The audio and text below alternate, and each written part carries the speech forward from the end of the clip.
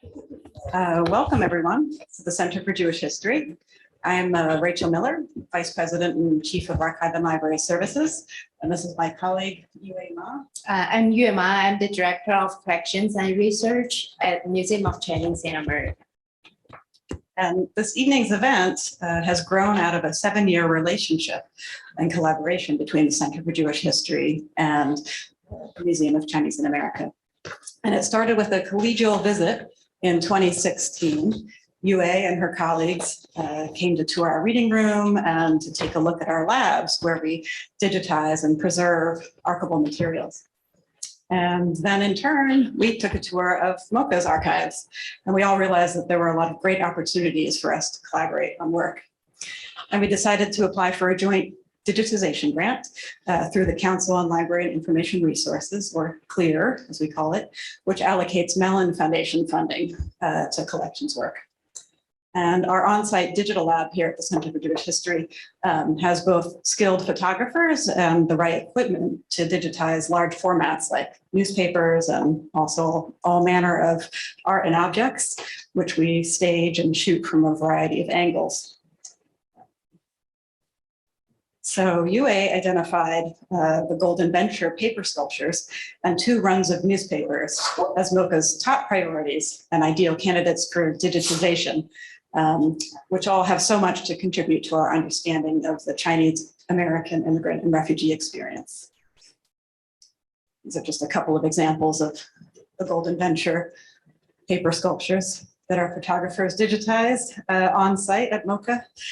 And I worked in turn with our in-house partner, the American Jewish Historical Society, to identify their top digitization needs for materials related to the Jewish American immigrant and refugee experience. And we decided to digitize the papers of Cecilia Rozovsky, a leading advocate for refugees and immigrants, as well as the records of the United Service for New Americans, a refugee aid organization, and a selection of records from HIAS, which I think doesn't need an introduction. In the course of planning out the grant, we had initially considered digitizing a large collection of photos taken in the 1970s and 1980s Chinatown by a Polish Jewish American, Emil Bosnian. Ultimately, Yue decided that paper sculptures and newspapers were best for the grant, but we realized at the same time that we had a unique opportunity to put on a joint exhibit here at the center of those remarkable photographs, taken through the eyes of an American Jew in Chinatown. And then as we were preparing that exhibit in early 2020, a horrible fire struck the building housing MOCA's archives. Our team here did everything we could to assist our colleagues at MOCA with disaster response and recovery efforts in the wake of that fire and the water damage their archives saw as a result. And then the pandemic hit, putting an additional pause on our exhibit and our digitization project together. We decided to pivot the exhibit to an online environment first. And when we finally reopened to the public, our joint photo exhibit was our first offering here on site. And this month marks the completion of our 3.5-year digitization project together. And this event specifically marks a lovely coming together of perspectives, audiences, experts, and communities, enabled in part by the hard digitization work that both of our teams carried out across the years. And I'm honored to introduce my colleague again, right? I just add a few things to Rachel. Time goes so fast. From my first visit, it has been 7 years. But when I first visit here, I just noticed the state of art equipment in the basement, the lab, and also the exhibition space upstairs. We really feel like we should do something together.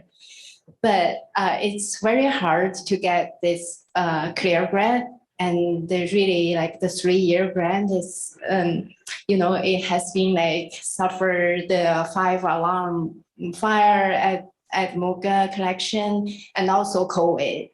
But we work together really closely, and all the dream come true today. And we have this wonderful program, and for you to deeper understand what we have done in this project, we also brought our paper sculpture downstairs.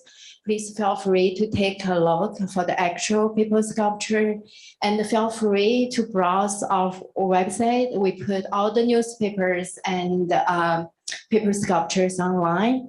And also, I believe from this program, you will learn more on our collection, Jewish history and Chinese American history.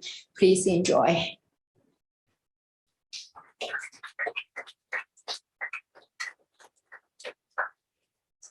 Thank you, Yue.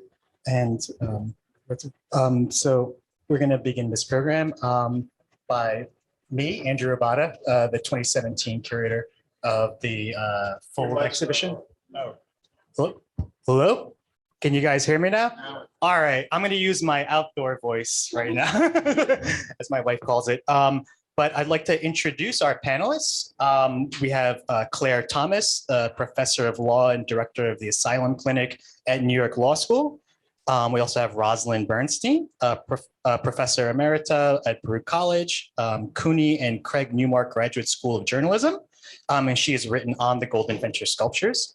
And we have Ayelet Brinn, the Philip D. Feltman Assistant Professor of Modern Jewish History at the University of Hartford. She's a historian of Jewish American immigration. And just to repeat, my name is Andrew Rebatta. I curated the 2017 exhibition at MOCA about the Golden Venture sculptures. And I've been invited here to, riff with these great minds here and these just wonderful souls who've been devoting a lot of their studies and efforts to understanding immigration policy and how we can interpret those things and communicate some of the inequities or unjust aspects of it to a general public, but also, how this work. And we're also going to kind of discuss how work of people like Claire and practitioners out there working in immigration law, how their work influences our work a little bit and how our work can somehow support their work as well and bring a broader consciousness to the discussion. And so what I'm going to do is I'm going to ask each of our panelists one question. They're going to answer it, and we might riff a little bit after that, but we're going to be opening it up to a Q&A, both y'all who are present as well as folks in the Zooming in. So, I think we'll probably just kick it off by, sorry, folks, asking Ayelet a question about her work. Ayelet, how do the materials housed at the Center for Jewish History reflect similar themes to the Golden Venture Paper Sculptures project? Sure. Can everyone hear me in the back? Well, it's wonderful to meet you all, and thank you so much for having me. I wrote my dissertation upstairs in the reading room here, so it's pretty magical to be back after a long time away from COVID. So I'm a historian, so I'm going to start with a very brief historical context for a very long swath of time and space. So I will not be going into nearly enough detail. And then I'm going to go on to discuss just a small sample of the fascinating items about immigration and detention that are housed in the partner collections of the Center for Jewish History. So one of the central questions of modern Jewish history in general is how Jews have been incorporated into surrounding societies, but what this has looked like has really changed based on geographical settings and how Jewish individuals and communities responded to different contexts. So in the context of the United States, there's a long history of immigrants of Jewish descent coming to the US and being detained or refused entry, as was true of all immigrant groups. In the late 19th and early 20th century, the US government passed a series of restrictionist aims that barred or restricted immigration of people falling into various different categories. So this included felons, people who were seen as potential public charges, people perceived as having moral or mental failings, people with various diseases, anarchists, or contract laborers. So in practice, many of these laws gave immigrant officials a lot of discretion in determining whether someone fit in these categories. So Jews immigrating to the US could be detained if officials saw them as falling into any one of these categories or multiple of these categories. And then over time, there was increasing legislation targeting immigrants based on ethnic or racial categories, including, of course, the Chinese Exclusion Act in the late 19th century and the Johnson-Reed Act in 1924 that severely restricted the number of new immigrants from various places, including Eastern Europe, which is where many Jews migrating to the US at that time were originating from. So again, this often left a lot of power in the hands of individual immigration agents and their perceptions about race and ethnicity. So if an individual gatekeeper decided that a new immigrant, quote unquote, looked American, they often looked less comprehensively at their documentation and just allowed them entry. But in other cases, the US's immigration restrictions in the first half of the 20th century meant that Jews who were attempting to flee anti-Semitic violence were unable to gain entry into the United States with absolutely horrible consequences. So, and many of these restrictions were not lifted during World War II or after, that there was some limited legislation to allow displaced persons to enter the United States. So the partner collections at CJH house really a treasure trove of archival sources related to Jewish migration and detainment. And as a historian, these artifacts offer a much more personal human understanding of these events than things like, I don't know, legislation might allow. And it also allows you to compare a variety of perspectives on one event. So I brought in a couple of sources from the Center for Jewish History's collections that each speak in meaningful and different ways to these themes. I've just figured I'd say a couple of words about each, and then we can go into more detail during the Q&A. So the first two slides, this one and the next one, are from the papers of Cecilia Rozovsky, which are housed at the American Jewish Historical Society, one of the 5 partner collections. So she was a social worker who worked really tirelessly for refugees and immigrants throughout her career through organizations like the National Council for Jewish Women and the National Refugee Service, which assisted refugees fleeing Nazi persecution. And her papers include records in the voices of these refugees, which are pretty powerful. So some of them include the list of names of people who were detained in places like Camp Kennedy, Tennessee, and others are much more detailed, if you want to go to the second slide. So this is an individual immigrant named Sophie Cohn talking about her experiences, her life. It gives information about what her Jewish community was like back in Vienna. It talks about her experience of being a refugee. And then if you look on my right side, there's a paragraph where she talks about her experiences in detail. So you're allowed to understand her story from her perspective as well, and not just from the documentation surrounding her immigration. So do you want to go to the next? One more, actually. So these are 2 pieces of art created by Jews from materials in various kinds of detention centers and concentration camps. And these are from the Leo Baeck Institute. So on the left, the piece of art right there is a work by the German-born artist Samson Schamis. So before World War II, he was a painter and a textile designer. And in 1939, he escaped Nazi Germany to England, where he was interned in a camp for enemy aliens, which was relatively common at this time for people who are of Jewish descent who were fleeing Nazi persecution to be assumed to be enemy combatants. So they were often detained in these sort of camps. And this was true in Britain as well as the United States. And so there were very few materials in these detention centers, but he still found ways to continue making art. So he used materials that he had in the camp to create this work of art that you see on the left right here. So apparently the shards of glass and nail that are being used here are all wreckage from the Blitz that was going on in England at this time.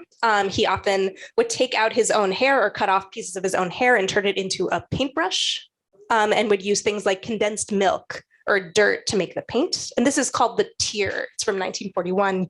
You can see there's a little hole right there. And that's supposed to represent the tear. So on the right is a bracelet, which was made in a concentration camp out of metal that was found in that area. So it had belonged to a girl named Lieselotte Sommerfeld, who fled Nazi Germany for Amsterdam before being sent to a concentration camp with her family. She was separated from her family, and unlike her parents, she ended up surviving the war. And after the war, she reconnected with a childhood friend who had spent the war as a refugee in the Dominican Republic. So she made this bracelet out of materials she found in the concentration camp, out of found metal. And you can see that she crafted it into various symbols. So there's a Jewish star, a 4-leaf clover, and then 02281 was apparently the identification number from the concentration camp. And then the last item that I brought in is this really beautiful letter that I found also in the Leo Beck archives from a woman named Ruth Zellner, who was on board a ship called the St. Louis in 1939. So most of the passengers on board this ship were Jewish refugees from Nazi Germany, but Cuba, the US, and Canada all refused them entry. And so they eventually returned to Europe, where they spread out across different Western European countries, including countries that were eventually conquered by the Nazis, like the Netherlands and France. So overall, 254 of the passengers of the St. Louis ended up perishing in the Holocaust because they weren't allowed into countries like the United States. And when I was learning more about the Golden Venture paper sculptures for this event, the voyage of the St. Louis felt like a particularly resonant example of connections from Jewish history, the idea of passengers coming by ship to the US and instead of being welcomed, being detained and or deported. So Zellner was very young when she was on the ship. So you can get a fascinating glimpse of what a child's perspective of life on this boat was. So in the part that you see here on the right, she talks about how the ship was much nicer than she and her family expected. That was really what she focused on in the letter. It was full of board games that she enjoyed playing. There were events put on every night by the crew. There were movie screenings, there were dances. She found out later on that German crew members had been warned by Nazi officials not to mingle with the refugees, that there was supposed to be a separation, but that ended up sort of breaking down in practice, and there were lifelong friendships formed between the people working on the ship and the refugees. And her letter also offers a devastating glimpse of passengers' growing disillusionment as they're given excuse after excuse as to why they're repeatedly denied entry into different ports. So all of these provide very different perspectives on the Jewish experience of detainment, and I thought they would be interesting conversation pieces with the sculptures. Thank you. Great. Thank you so much, Ayelet. And, you know, it's really just for me, like, I was very touched to see all of the work that CJH and MOCA has been doing together on the digitization program and the recovery efforts there after the fire. But, you know, something that kind of always sticks out of my mind is this notion of like waiting, like what happens when you're waiting? What happens when the ground beneath you is always shifting? In this case, it's refugee policy, it's immigration policy. You know, folks around you don't know what's happening. They don't maybe fully understand the gravity of it. So to see these objects, you know, and thank you for, you know, presenting them as well. They're just really resonate so much with the Golden Venture, which is why I'm going to move to Roslyn now and ask you a question about your first engagement with the sculptures and your possession of one of them for many years, which actually brought us together. But as a journalist, you wrote a story about the Fold Show at MOCA. And how did you learn about the exhibit and what sparked your interest specifically in that story? Well, actually, sorry. I learned about the exhibit when I was in China, before there was an exhibit. In 1990, 1 year after Tiananmen events, I was in China and I was assigned by Guernica magazine to interview artists who had participated in the Tiananmen events. The law then was that if you were Chinese, you could not enter an American hotel. Okay. And what happened next was that around midnight, there was a knock on my door through connections, all different kinds of connections, and three Chinese artists who had been involved in the China events. I'm about to talk about these.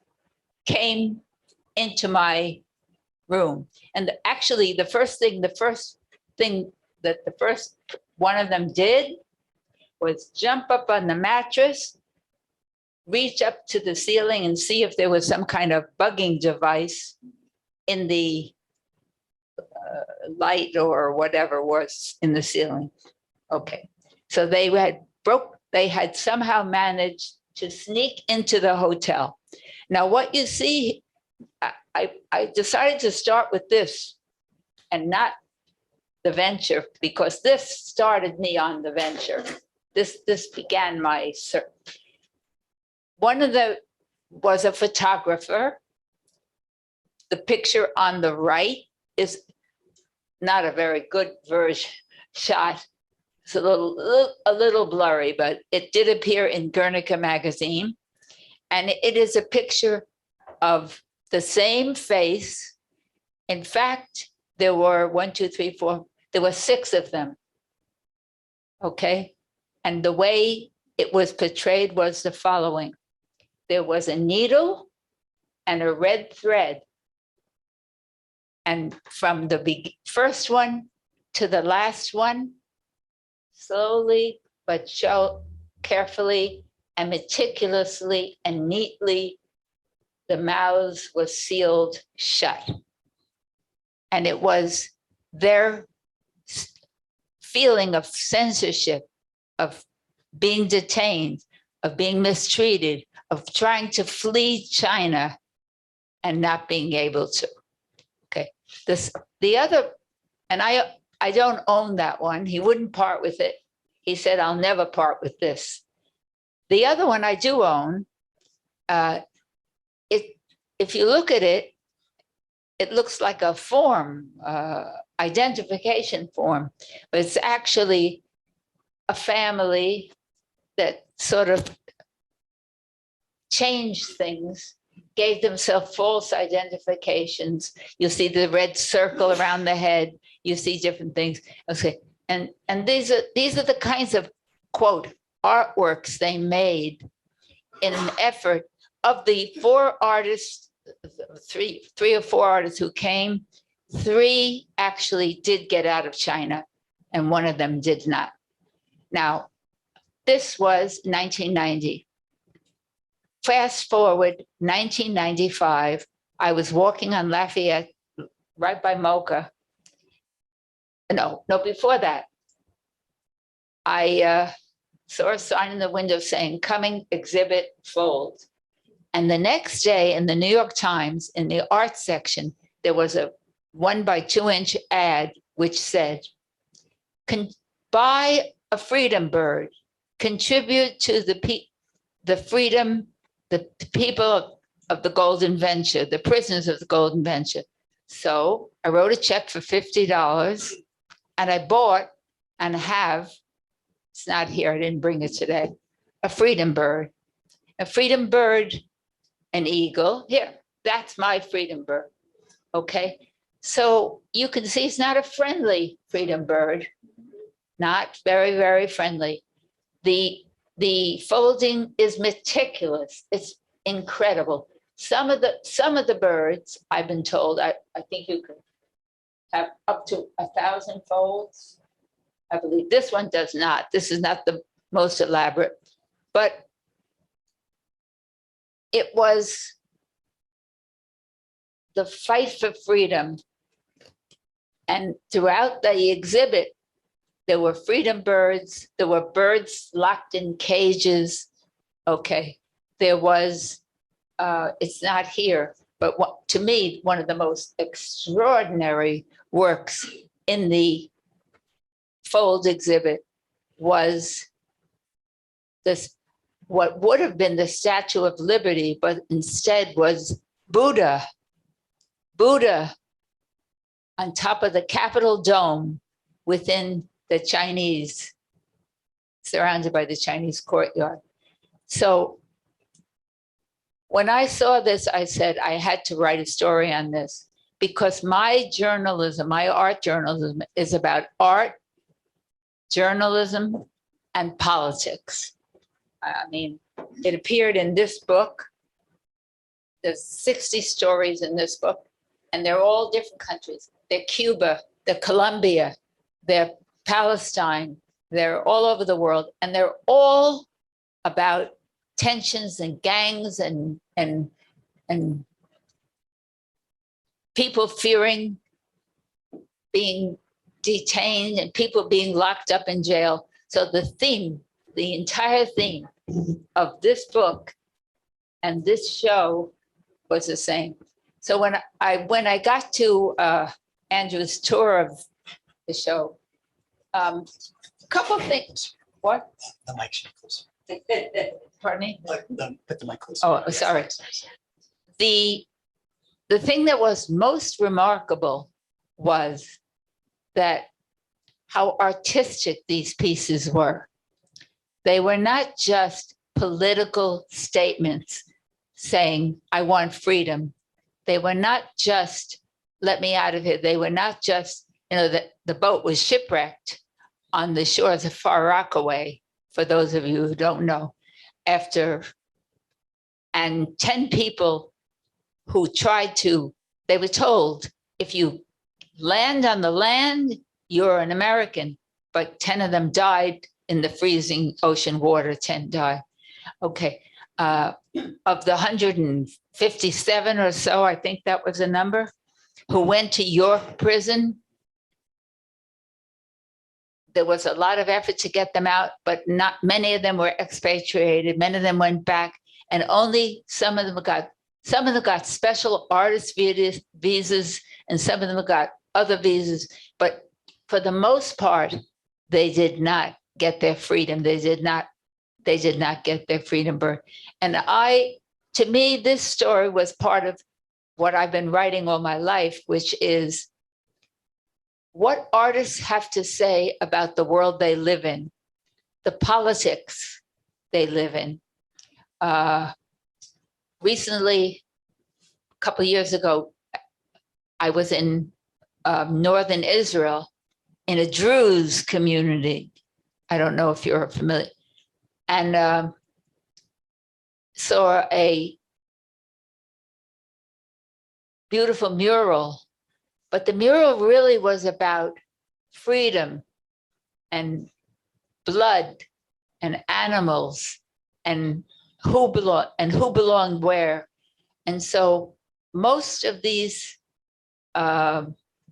pieces, that's what I think holds this show together. What holds it together is the artwork that was made to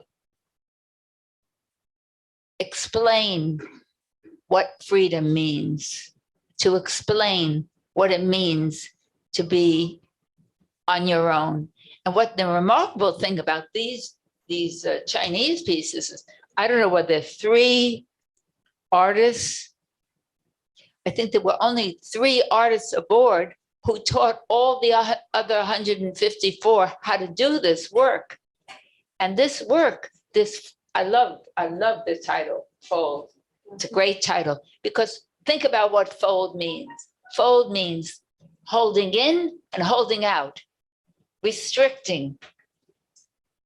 And it's exactly what this exhibit did. And it's exactly what most of the artwork that I've seen around the world of artists who were detained, who were in prison did. It's about how to get freedom, how to find freedom. So I have my bird and I look at the bird every morning. Great. Thank you so much, Rosalind. And thank you for all of your work that you've been doing over the years, just giving more voice to artists and artists who are especially speaking on behalf of, and many of whom are detainees or under duress or in really. We can't hear. You can't, can you guys hear me now? Okay, sorry, all right. I think it's one of those COVID things where I'm afraid to touch the mic with my lips, but okay, no, it's okay. Thank you for letting me know. And, I think one thing about these sculptures that they represent that I feel like we need to highlight is the activism and the work of people like Roslyn, like Ayelet, like Claire, who gave voice to those who were voiceless or rendered invisible through our immigration detention system. In the case of the Golden Venture, our detention system had existed for a long time, but it was really in its infancy. This was 1993.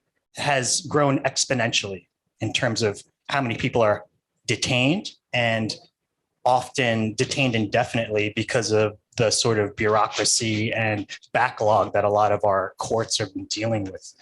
And with that, I want to ask Claire a question, who's out there as a practicing immigration lawyer.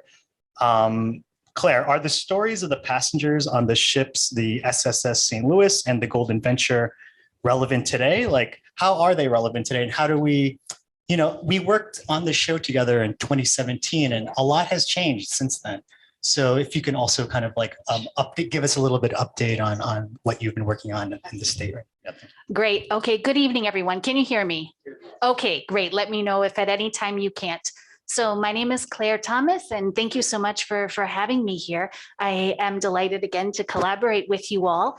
I work as a professor at New York Law School, and I teach law students, hopefully, on how to be good immigration attorneys. And so I met Andrew back in 2017 to present and talk about immigration law during the Trump administration, then with the Fold exhibit at MOCA. And in response to your question, Andrew, so much has changed, but so much hasn't changed, right? And in terms of now, but also going back to the stories of the SS St. Louis and the stories of the Golden Venture. So when we look at the SS St. Louis, we look at the many lives lost of these folks who were sent back to danger, who then perished in the Holocaust, right? And the horrors from the Holocaust as an impetus for the global community to come together and say, never again, right? We need laws in terms of protecting people who are seeking asylum and refugee status so that they won't be set back into danger. And so from that, you have international conventions in the 1950s. So those are treaties that different countries sign on to. And then effectively the world said, we need to make them forward-looking, because we know we'd like to say this is never going to happen again, but sadly it might. And so we have these treaties forward-looking. The US signs on and they become part of our domestic law here in the United States in 1980, right? So it took some time for that to become domestic law, for the United States to have our own internal refugee and asylum policies to help people fleeing persecution from many different countries in the world. And so we look at those laws and we look at how they're being implemented now, right, in 2023, and how they were implemented or weren't implemented during the Trump administration as well.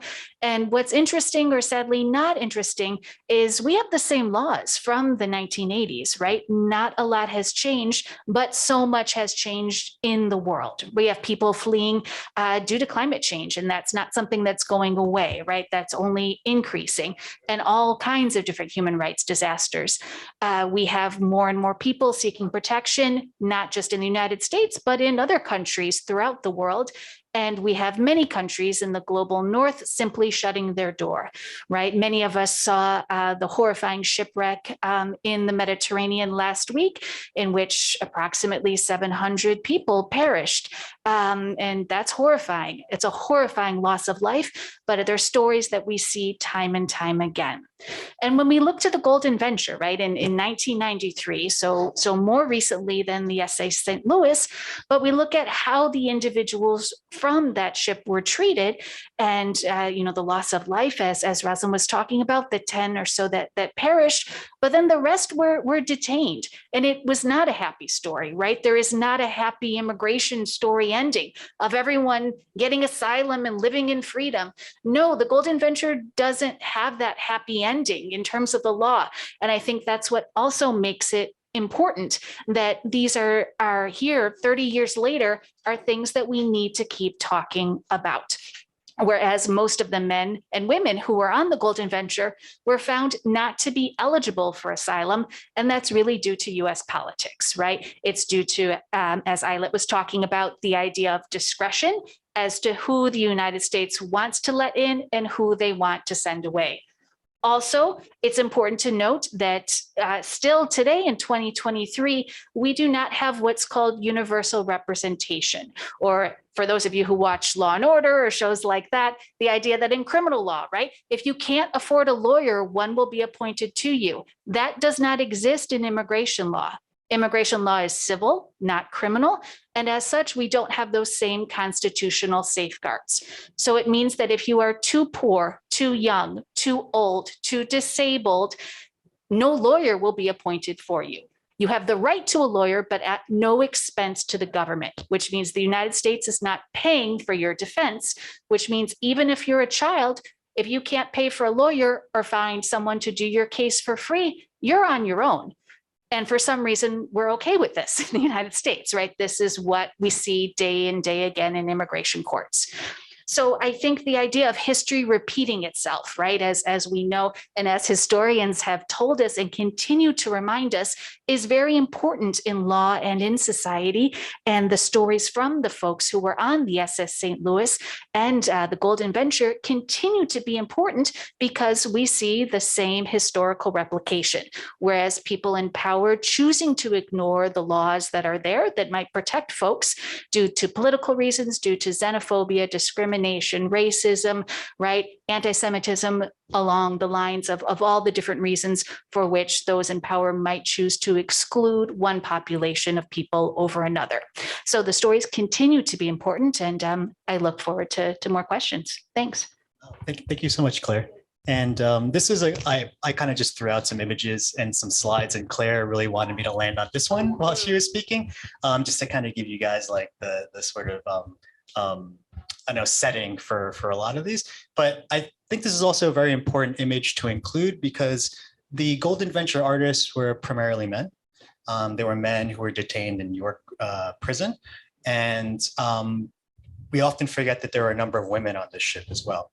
One of them sitting there, and the card on the right being a card from a female detainee who was sent to the New Orleans area.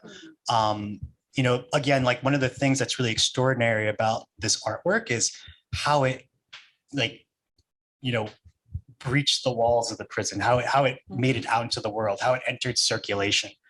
And that again has a lot to do with the work of the three individuals next to me, and for them to not just you know, remember this moment, but also reinterpret these materials to make them feel not just relevant, but to sort of bring about a different kind of empathy through the creative acts that these artists created, and within the horrible conditions that they created these artworks within. And I had just a couple follow-up questions. And this could be maybe for Ayelet. I was just wondering, you know, what impact did that moment in history have with the SS St. Louis, and if you can maybe talk about any changes that you see coming about after that, or after this, like, you know, this dark period in our history. And Claire, if you're open to like just like kind of just picking up on maybe like some other moments that might almost seem like turning points in immigration law policy. Sure. I guess it's a complicated and not particularly happy answer in that it took a very long time for the US to catch up with what was going on. There were some people allowed in as refugees from the Holocaust, but a very, very small number to the United States. Some people were able to escape to other countries, the Dominican Republic, for example.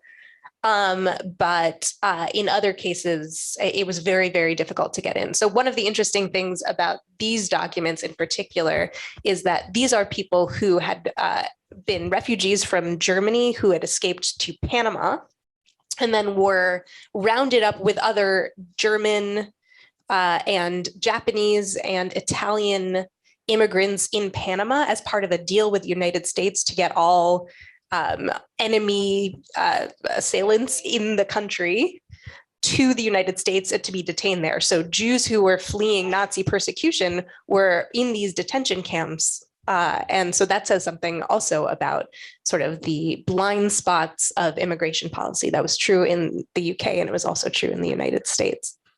I think I'll end there for now. Sure, absolutely. And to talk a little bit in terms of the law and how it progresses or doesn't progress, I think importantly to note, we talked about the idea of protections for people seeking refugee and asylum status. That's not until the 1980s. But I think since we're in the great state of New York and New York City, it's important to talk about our detention center here, which is Ellis Island, which many of you have hopefully visited. If not, there's a great opportunity. But Ellis Island was a detention facility until I believe 1954. I forget the year. Okay, I'm going to defer to historians, but around that time, right? And so Ellis Island was huge in terms of detention, and it's something we see, as a historical tour, or perhaps not think about too much, as well as Castle Clinton here in New York as well, in terms of both welcoming, but also gatekeeping for people who were deemed to be undesirable, right? And that was single women. Those were people who were not able-bodied men, right? And according to what that meant at that time. When I look at my own family's history, I mean, my great-grandfather came from what is now Poland, but effectively he was never able to speak English, right? He came with $25 and was able-bodied, and that was it. That's all he needed at that time, because he was what we at the time and still considered to be a white man. But when we look at the treatment of people who are Asian, people who are African, right? And people who are Middle Eastern, and people who don't fall into quote unquote whiteness, which has changed over time, right? In terms of US immigration history, and how the laws have specifically excluded people based on race and based on ethnicity. We see that up until today, up until the Trump administration, right? With different travel bans excluding people based on race and ethnicity, and also in terms of the quotas, meaning the lines that people wait in, depending on the country that they are born in. Whereas it's very different if you are born in Croatia as opposed to Mexico, for how long you would wait for your family to sponsor you. And just as a last note, I think perhaps talking about the actual detention apparatus, which I touched on, is the idea that in the changes in the law in 1996 were very important in the United States in a lot of different ways, but also as to really expanding both in the 1980s and then in the 1990s, our detention mechanism for immigration. So just to note, this is civil detention, meaning no one's charged with a crime. The quote unquote crime is being without documents in the United States. So we have civil charges, yet immigration detention centers are jails, right? There's very little that makes it different from a jail. And these are all over the United States. And this is mostly privatized nowadays, which means this is congressionally funded, which means this is your tax dollars, right? That pay for usually about 40,000 people to be detained daily, up to around 400,000 people a year. My students and I won a case in just this past month for a man from Togo. He's a gay man, and being gay is criminalized in Togo. He escaped to the United States, and he was detained for 8 months in detention.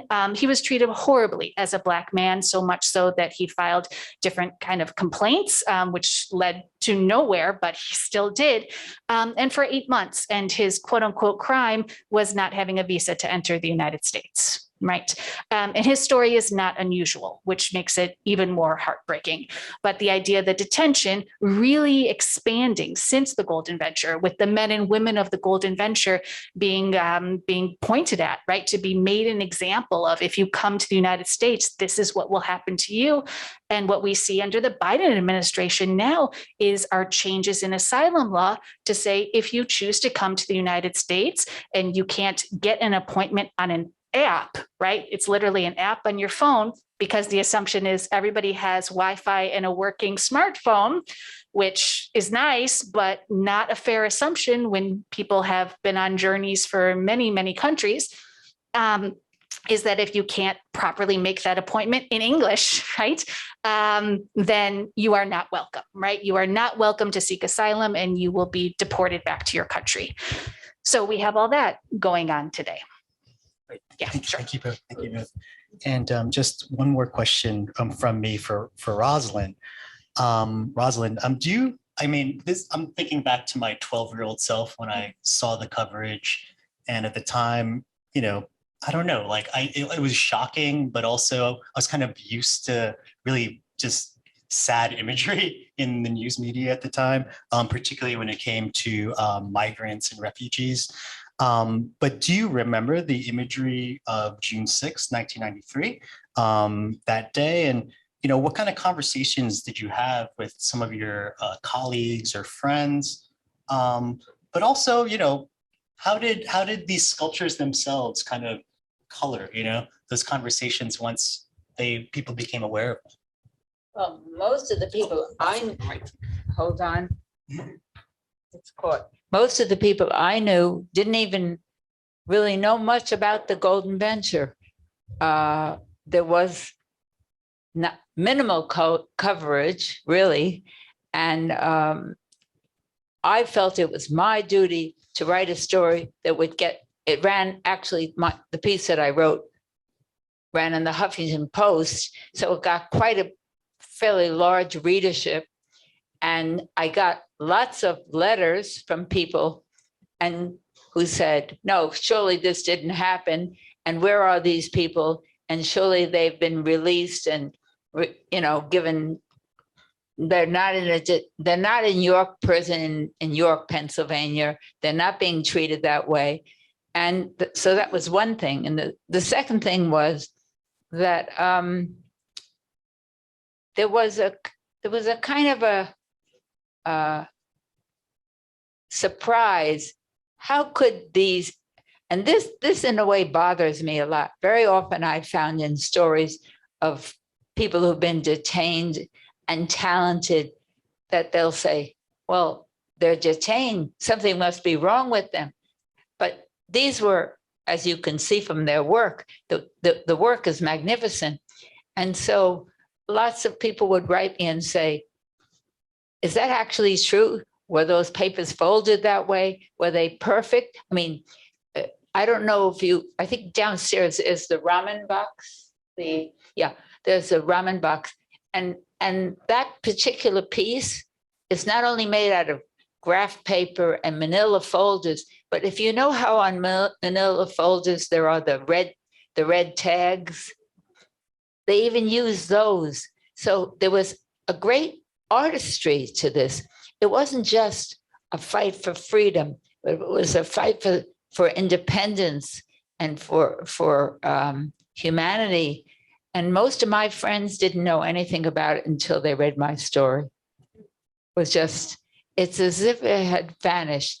All there was boat shipwrecked, period.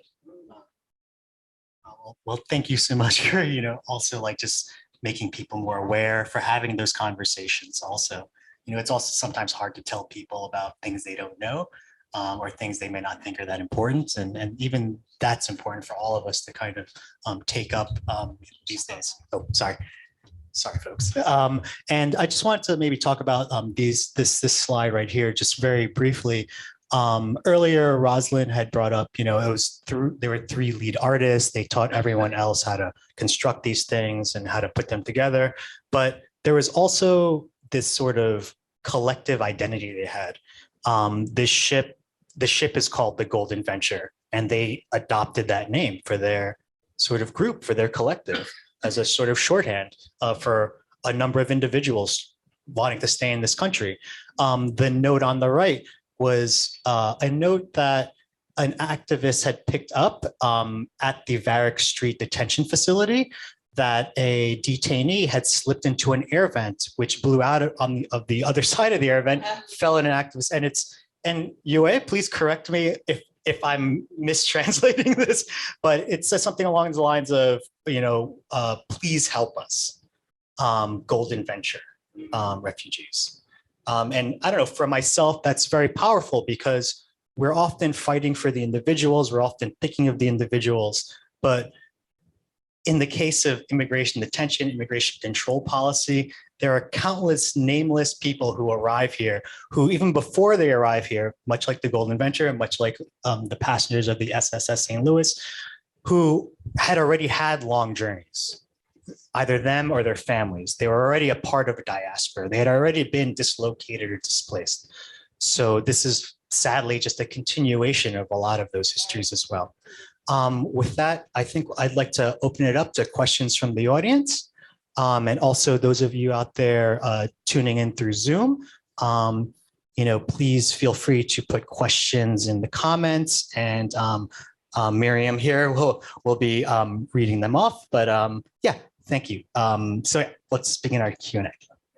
And can you please speak into the microphone so that I'll taking your advice because so our listeners can hear. Do you hear me? Yes. Oh, wow. Yeah. The people coming on the Golden Venture, after they were put in the internment camps throughout the city or the country, were they eventually absorbed into the communities? Even in New York, were they eventually absorbed into Chinatown or other places around the country where they were interned? Were they eventually let out, and what happened to them? Well, I'm sure you know the details, but Sure. And if you guys can fill in for me We can also, fill in. and if Claire, most were not. Yeah, most were not. I guess I'm just going to maybe touch upon a few contemporary sort of trends that maybe can help sort of explain what was going on. There's in our immigration detention facilities and just immigration control policy in general, there's a culture that kind of promotes self-deportation. You enter into a system that you want is so bad you want to leave it. So in this case, 157 roughly of the 300 migrants that arrived here were placed in York detention facility. They had a much different experience than some of the other migrants. Some of the other migrants voluntarily left immediately. Some left while in detention. There were also youth who were placed in the foster care. There were women who were sent down south and actually mixed in with the general prison population, unlike those in York. Another thing that happens, and please, if you can expand on this also, Claire, if you can, our system tends to move around migrants between detention facilities so that it's hard to build cases. And so you can be building your case for a number of months. You might be getting close to some sort of progress and you get moved, and you're relying on often pro bono attorneys who can't necessarily follow you. And also it's hard to track where they put these migrants because they're also like, I'm just gonna let Claire kind of explain you've done a great job, Andrew. I think in our detention system in the United States, the cruelty is the point, right? It's the idea of prevention through deterrence, and that if you see how messed up this is, you won't come. And that has never worked, right? That's never worked, but that is the policy that the United States uses for the wall, right? For all of this nonsense. And when we look at the detention system, there are different beds in different locations. These are private facilities. These are contracted with state or local jails, right? Throughout the United States. And so the Department of Homeland Security, which is who's going to control all this, they are able to shuffle people around as it suits them. So if, for instance, if I am representing someone and that person's detained and I put in my formal notice of appearance, it's basically a letter saying, I'm representing Jane Smith in detention. In theory, that person's not supposed to be moved around because counsel, me, is here in New York. Usually their family is here, things like that. But that doesn't mean that it doesn't happen. And when it happens is often retaliation for people who are complaining about human rights abuses, right? Or complaining about, mistreatment of any imaginable thing that you could think about in a jail context that would happen to someone detained. And for a lot of people, the idea of continuing to fight their case while detained is not what they want to do, right? And so the choice that our government gives them is you can leave at any time, but you're leaving on a bus or a plane back to your home country. And so people choose, we say self-deport, but I don't think that's fair, right? People choose to not continue to be detained. The idea that people like my client was detained for 8 months.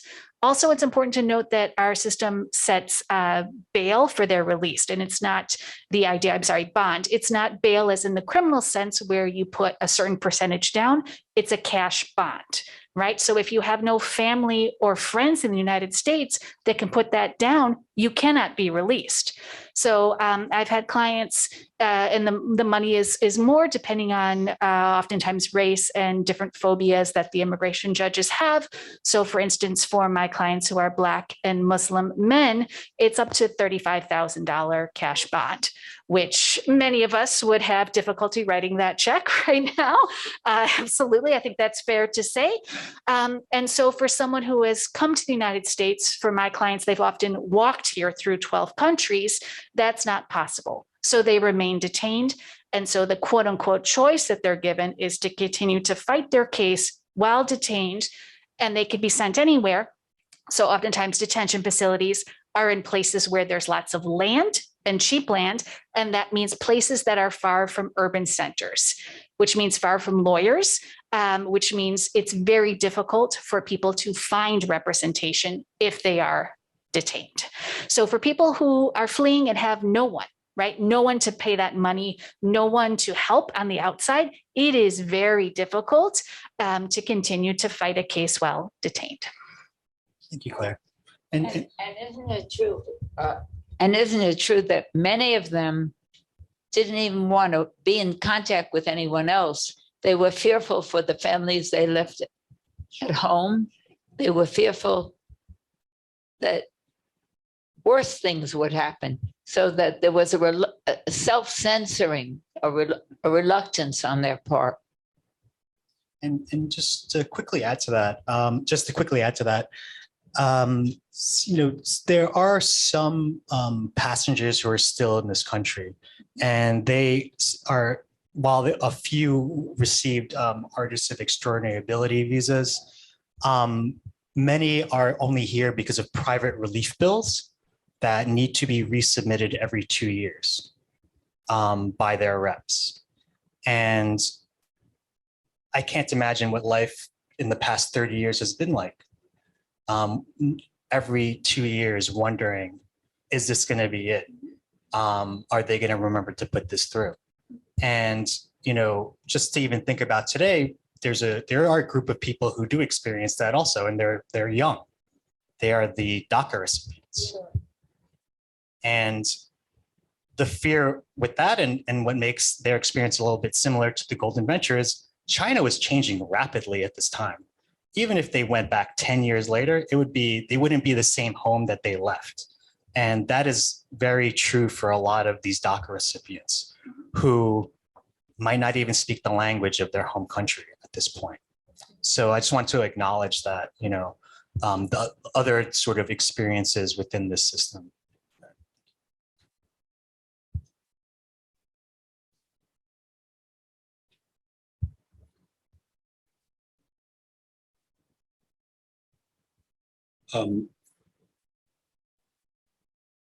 I guess I wanted to ask,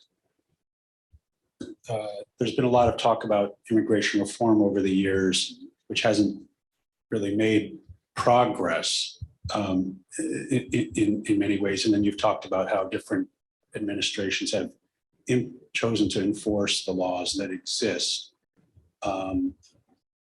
What might it take to see some positive change, other than a more friendly administration with the same laws, but to try to see the promise of something more lasting relief for DACA recipients, or for a better environment for potential refugee people claiming refuge? I'll take that one. Okay, super. Super. Right. I think when we think of the last time there was actual immigration reform, does anyone know when that was? Calling on the audience. Yes, sir. Ronald Reagan. Yes, this is a little bit before my time, guys, but Ronald Reagan, right? That's the last time we had substantive immigration reform, which when we think of other things that happened during the Reagan administration, that's quite interesting, but that's for another topic. Anyways, when we move forward, we have sort of bits and pieces. And oftentimes we think of positive things that happened under the Obama administration, such as DACA, the Deferred Action for Childhood Arrivals, which Andrew mentioned, which helps a lot of young people, but leaves a lot of people in liminality, right? In this limbo status of continuing to renew every 2 years. So to answer your question, there is a lot of discretion that the president has, and the president can do a lot, as was just affirmed by the Supreme Court, I think 2 days ago, in the idea of the enforcement priorities. Well, that's the president who can decide. And that goes all the way back to actually the Chinese Exclusion Acts, to our first federal immigration laws and beyond, when it was state and then colonial, is the discretion of the executive, right? To exclude or to include. So we have a lot of power for the president, whoever that person is. We also, to make meaningful reform, we do need Congress, which is non-functional at best at present. So for an actual functioning country, that would be nice, right? In order for that to work. But I think it's not to say that there isn't anything that can be done by the president. And in terms of, more specifically, in terms of refugees and asylum seekers, our laws actually protect people, but the US chooses to not protect people, basically to not enforce the laws that we already have that could be helpful, right? And that's a problem. And that's a problem in our legal immigration system, which there's problems with funding, there's problems for how it's structured, and just sort of, we could talk endlessly about this. So I think to meaningful immigration reform, we need a functional Congress, okay? Also presidential, but also the idea of the immigration itself is, some people will say that it's, not acting as it's supposed to, but it's acting as it was designed to do so, which is to exclude, right, from day one. And so I think it's up to us as a country to think about, is that the immigration system that we want, right? That's the immigration system that, originally was in place at a time when women were not people, when the only people were able-bodied white men, and white was decided upon by the people in power who owned property.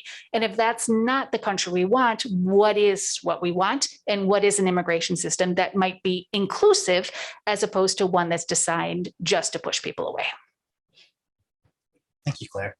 And yeah, I even just want to just add to that too. It's like, it's if you're a non-citizen in this country here legally, right, restrictions and punitive actions have always been in place and have seemed to be getting worse. And if you enter into like any of this sort into the system that way, and deal with the immigration control system, it's not friendly. It's very overly punitive in many respects, and sadly gets exploited in a lot of political rhetoric. But that's the reality. And just to go back to your question, I think if we could even treat non-citizens better who are here, like I guess legally, or they're authorized to be here, that'd be a start too.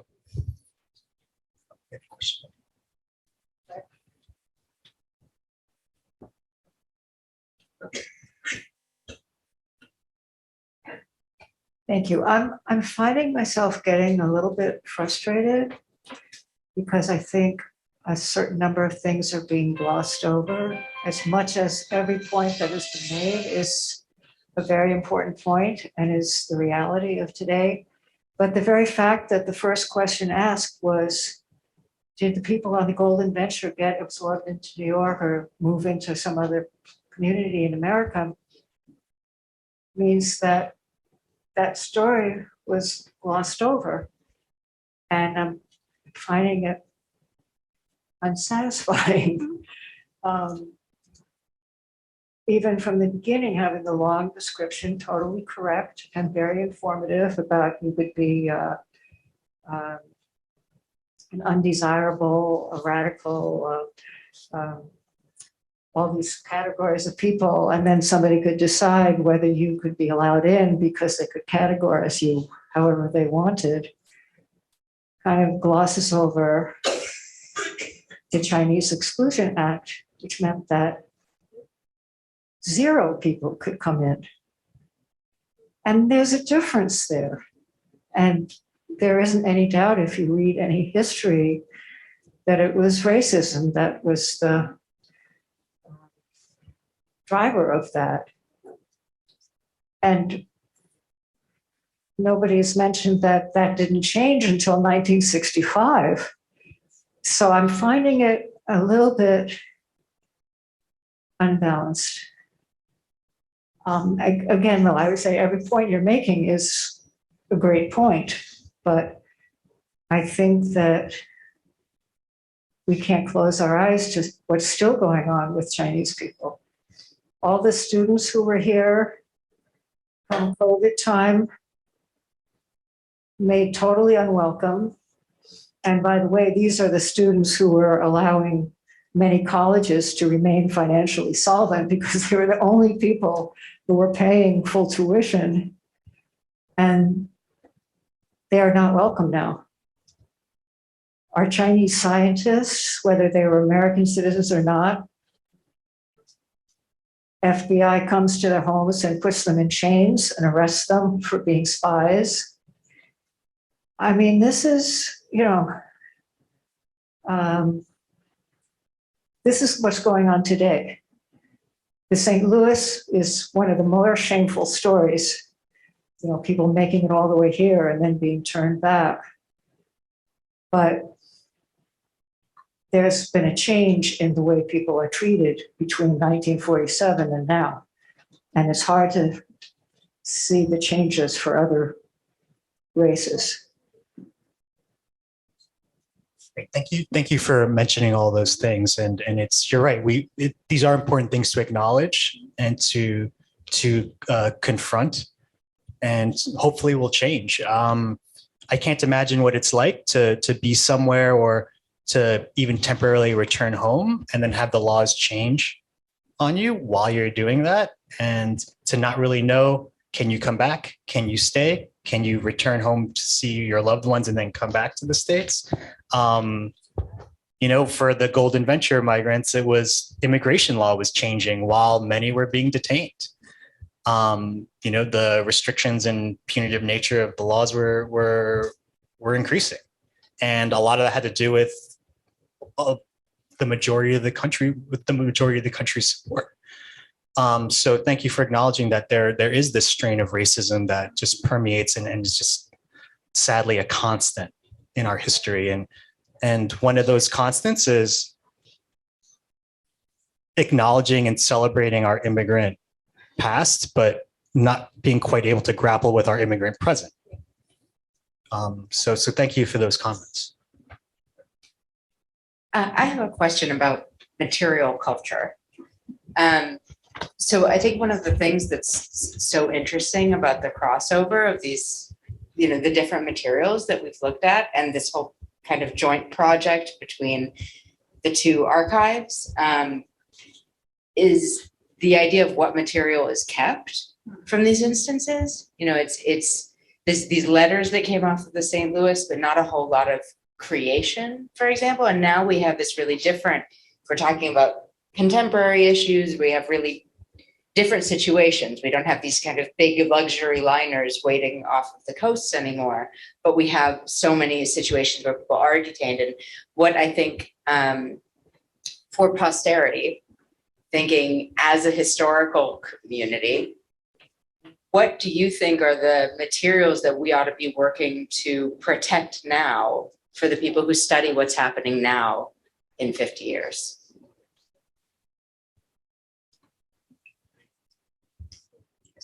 Sure. I think that's an amazing question. I took my students at the University of Hartford to the Connecticut Historical Society last semester. And one of the things they were really struck by is the way that sort of whose experiences are valued shapes what museums can collect and what archives can collect. They had, from the colonial era, one thing from a woman of color. I think it was just one piece of needlework. And so that means that whole hundreds of thousands of people don't have their experiences in the history of Connecticut. And so thinking about strategically, how do you sort of think about the variety of experiences that are happening in terms of immigration, I think is one way to think about that. Another is thinking about, this is a little bit harder to judge, but what kinds of materials are going to speak to people in the future? So I was talking to someone about this right before, but my students who are 18, 19 years old are amazingly good at reading images and reading videos, and in a really deep and complex way, understanding the layers of signification happening and references and things like that. And so I have found that if you get them to the place of reading an image, then you can get them to read a text once they think about the skills that are applicable. So thinking sort of in the future, what might the technologies be that students understand so that they can sort of use those skills to sort of latch on to things created in the historical past. I don't know if that makes sense, but. That makes total sense. Rosalind? I was just going to say that one of the stories I covered was about one of the second intifada in Israel, and the artist, he didn't really have much in the way of material, so he went throughout Tel Aviv collecting old newspapers and immigrant newspapers and newspapers in other languages. And he sort of reconstructed the intifada and the war and the tension and through paper, not folded neatly, but the opposite, rough. And so I think it's possible to find material thing everywhere. When I was in Colombia, and there was a great deal of back and forth between the Venezuela and Colombia. People would be allowed in for a few months, and then their visa would be pulled, and they'd run back, and they'd be afraid, and they would be making embroidery and sewing things. It seems to me that material at hand is what material is used. The materials are sort of natural. They come from their soul, from the battle. Oh, thank you, I Rosalind. think we'll have time for one more question, and then we have a reception downstairs and the sculptures on view. With the anti-Asian movement happening across the country, and obviously in New York City, how is that affecting, since pandemic, COVID, Wuhan, affecting immigration in terms of Chinese? I think in terms of the experience of Chinese people, you have a lot of issues of the idea that Chinese people were not able to come to the United States, right? So we have, because of COVID visa restrictions, people not being able to leave China, and also the idea of students on student visas being particularly impacted, meaning we have an F1 visa, it's just the letter of the visa for students, and how due to COVID-related closures in consulates and embassies throughout the world, but with a particular focus on China, the waiting times are so extreme that those students are never going to be able to get the appointment to get the visa to show up in the United States in time for the academic year to start. So what we've seen is a lot of impact from people as tourists or family members being able to actually get here from China due to COVID restriction closures of being able to travel, but then really visa appointments, right? People in China being able to go to consulates or embassies, meaning the US consulate or embassies, for whatever appointments they might need to get the documents to then be able to travel. And that was completely impacted by COVID. So China and lots of other countries, but particularly China and Chinese people faced a lot of issues with that in terms of really enhanced waiting times, with the idea of students in particular being greatly impacted by all of these closures and delays in terms of being able to continue their studies in the United States or to start their studies in the United States. And we also had the impact that for student visas, the material, the teaching, for lack of a better term, needs to be in person. So we had some changes during COVID when there was no in-person instruction to try to make sure that US student visa law complied with that, but it's still difficult and has been continued, I'd say, battle for different universities, colleges, depending on the enrollment of international students in that particular student visa status that they have. And as we know in the United States, absolutely, there are a lot of Chinese students. And so this would absolutely impact the Chinese community. Thanks, Claire. And I just want to maybe address your question, connect that to anti-Asian hate and the sort of student challenges, the challenges the students are facing at the time. And if I were to try to preserve something or archive something, I would think about how are people communicating? How are they communicating within the US? How are they communicating internationally? What devices are they using? What traces of these communications can we find? And how do we think about social media or some of these sort of other platforms like WeChat? How do we think about those as archives in themselves? How do we open those archives? One of the challenges we all face with exhibition making and just presenting history to the public is when things are becoming increasingly digital.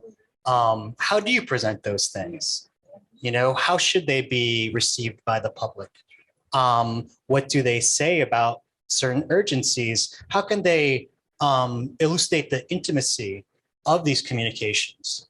How can we use these traces and devices to promote or to show the humanity of those who are facing these challenges?